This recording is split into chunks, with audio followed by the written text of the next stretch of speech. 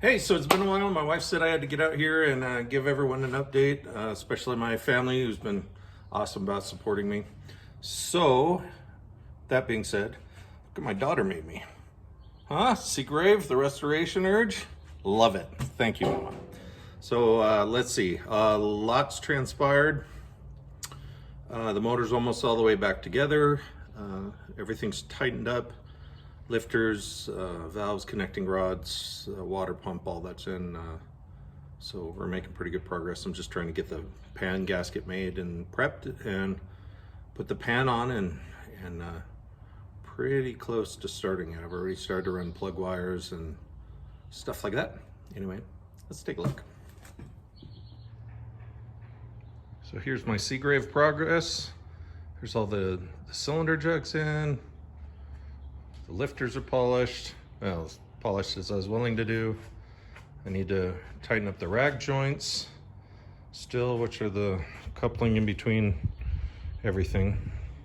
So that drives the water pump and then drives the generator. So there's the fan that's all on. The waterways, I don't have the nuts on them, but they're all in place and the tubes are all cut for them.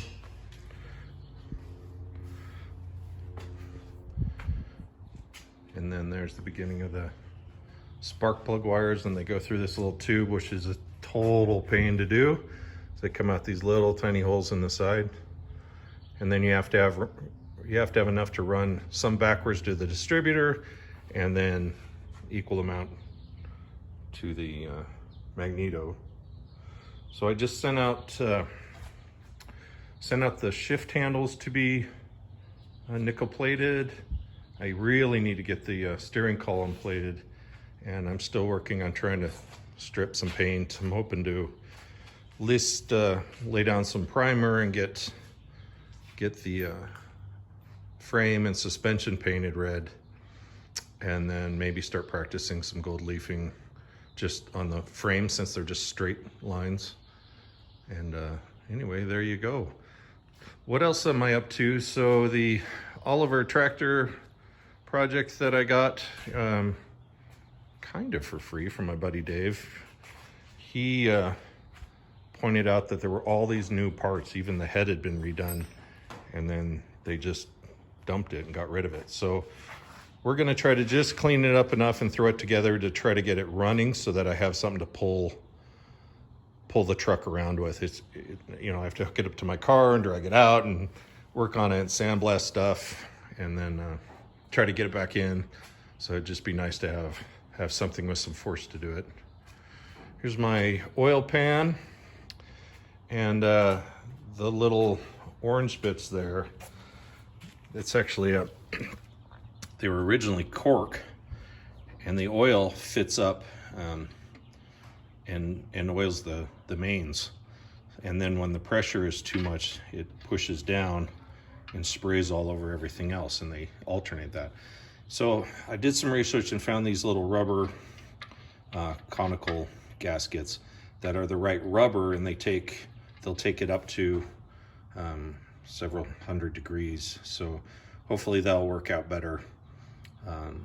We'll have to keep an eye on it. And the other thing I did, since I wasn't 100% sure, well, these motors never had an oil filter, and everyone tells me I really don't need to worry about it, but what if I wanted to put in an oil cooler or something later? So there's plugs that were from the factory in the end of this pressurized galley on this end here. And so I put plugs, replaced those plugs, and then I drilled plugs on the side. So if I ever want to have an oil cooler or a filter, then this would be the return. And I did one on each side and then just plugged it. So really, really close. Hope those little orange steelies work and don't gum up and do something weird, but I'm gonna give it a try. And then what would be next after that? I don't know, big pieces. So the cowl, and need to start thinking about putting some wiring back together. And anyway, there you go. I sure do appreciate it. You guys have been amazingly supportive. So hope everyone's doing well out there with this whole pandemic thing. It's been weird, and I know it's weird. So get in your garage and work on your projects and keep your sanity.